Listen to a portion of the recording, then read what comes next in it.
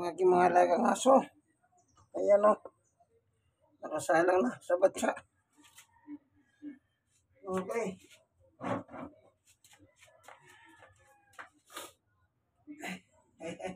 Si Summer ito. Paliliguan natin si Summer. Nakarap pa kayo naligo, kailangan maligo pa kayo mali. Yung dalawa, ha? Mamaya yung isa.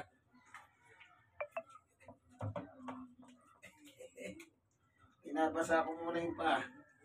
Kasi po yung nakikita ko sa YouTube, sabi nila. Ewan ko ba?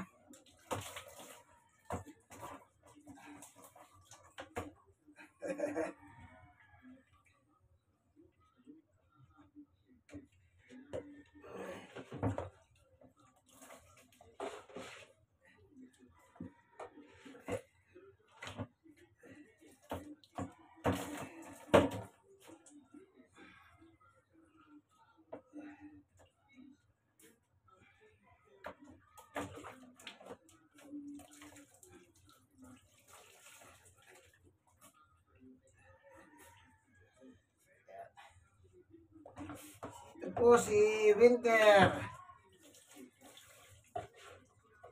Kailangan paliguan sila. Bahagi yan ng pagpapaligo. Ito, sabon nila. Papaya! Mabula ito eh. Ayan. Kailangan pinaliliguan niyo po yung aso nyo. Ano, para lagi silang presko kasi sabi nga ang aso daw po, mainit ang dugo. Yan. Kaya kung mainit ang dugo, palamigin natin sa pamagitan ng paliligo.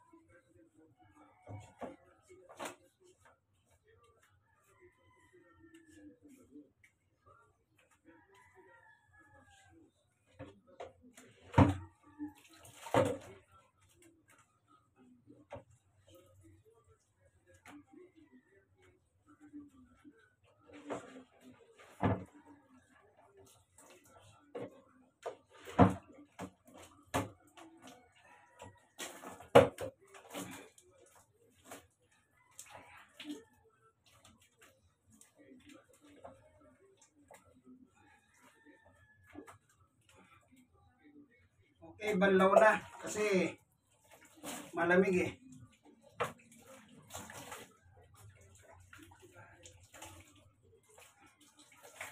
Pero ang maganda, kagaya nito, bata pa lang ito, wala pang 1 taon, 7 buwan. Magbuhat kung napapunta sa amin to, 2 buwan ito, sinanay ko na sa paligo. Sinanay ko na.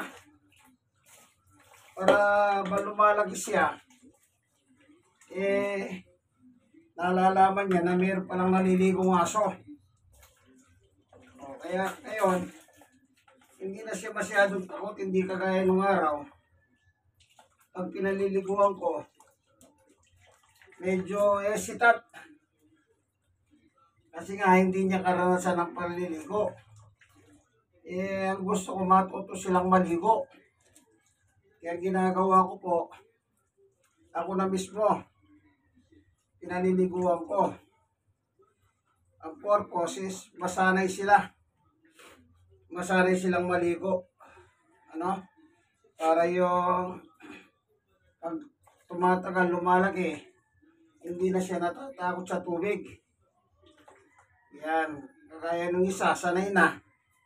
Nung araw, si Summer, araw-araw, kada tangali, naliligo kami pareho. Nasanay na siya. Ito naman, bago lang ito eh. Sige, pupunasan ko na. Pupunas na. Nya, nya, nya, nya. Oh, ito po si Summer. Ito, naglulukit kita na. Tapos dice, ito naman. Pero ito gusto niya may kinakanta. Sinong maliliga?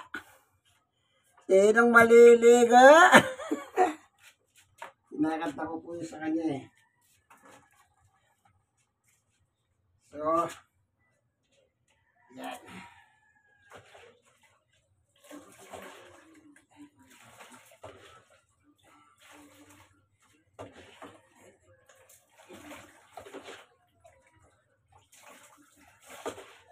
Ito sanay ng maligo to. Kasi bata pa ito. Sinanay ko na ito. Ay, sinanay. Nung napasagin pa na ito. Nung napasagin ko ito, wala, 2 taon na. Kaya magbuhat ton. Araw-araw kami naliligo. Araw-araw. Ang paliligo namin, sa tanghali kasama niya ako. Kaya, ano siya?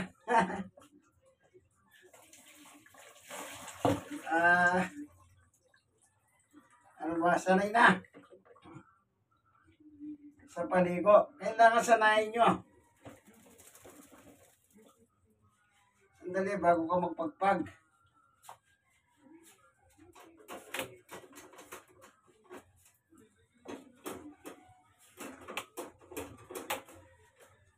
Yung isa yun naman po, naririnig nyo ba yung nasa ulan niya siya? Pero po silang kulungan. Ayun, tinitik yung kulungan niya. Kinakagat niya yung mga bakal.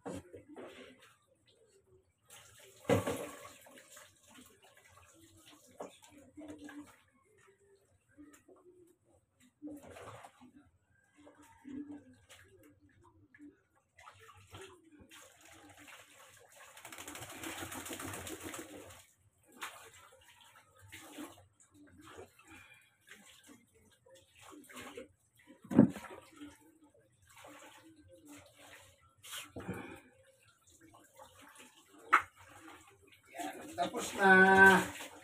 Sandali lang.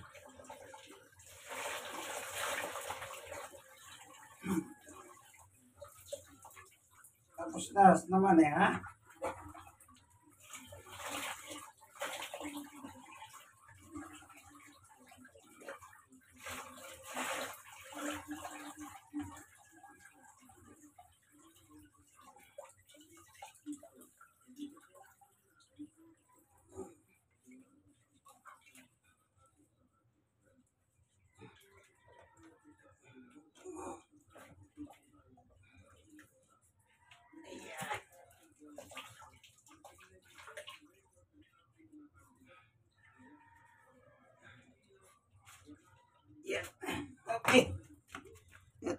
tapos na itong isa.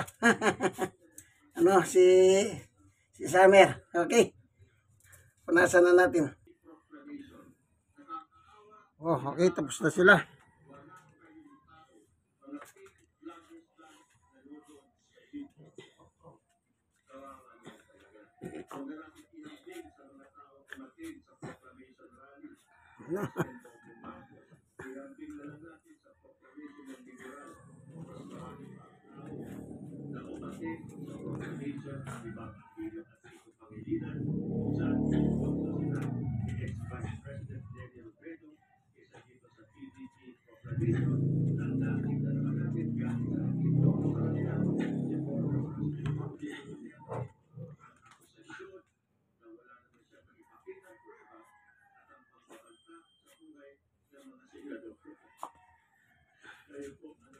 Inagaw ng kasi basa.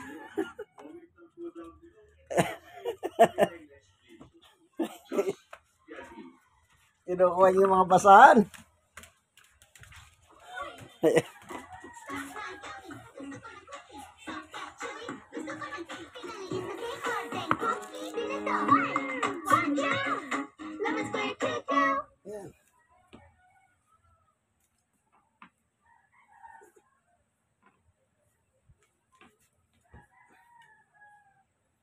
Naimbag ni Aldaw Kenya yung aming kakabsat at welcome sa usapang ito man. Alam niyo po, meron akong natutunan ngayong araw na to. Dahil kung kayo po ay sumusubaybay sa aking channel at napanood niyo yung aking mga previous videos, lagi ko pong sinasabi that the only way out for Sara Duterte to avoid being convicted sa impeachment trial is for her to resign. Dahil ang alam ko po at ng marami po sa atin na kapag nag-resign si Sara Duterte, wala na pong magaganap na impeachment trial at siya ay pwede pang tumakbo sa pagka-presidente sa 2028. Well, I stand corrected. Dahil kahit na pala mag-resign si Sara Duterte sa pagka-vice, wala po siyang kawala. Dahil ayon po kay Congressman Jinky Luistro, dalawa po yung prayers o dalawa yung kanilang hinihiling na maipataw kay VP Sara. Sa isang interview kay Congressman Luistro, tinanong siya, what if Vice President Sara Duterte resigns bago pa magsimula ang impeachment trial? Paliwanag ni Cong Luistro, for me, this is my humble opinion. If you check the impeachment complaint, there are two prayers. First, the removal of the Vice President. And second, a plea Ganyan for to, her pag-aalaga ng aso. disqualification. Kailangan paliliguan nyo, ano? So if Sara Ayan, resigns, ano po, sige, ganito na lamang, ano? first prayer. Itong ating munting video. Nanonood kasi ako ng balita eh. Itong nagsasalita is about mga politics, ano? Sige, ganito na lamang, ano, kaibigan. Brother Manny Bautista, ang aso ko ay man best friend. Kaya alagaan niyo po yung inyong aso. Nakita niyo, pinaliguan ko sila. Sige po. Like. Share na share. Kaya mga na-sharean, mag-share kayo. Diba? Yan. Matutulog sila ngayon. Magpapahinga. Pamayang magising sila. Doon sila kakain ulit. Sige po. God bless us all. Bye-bye.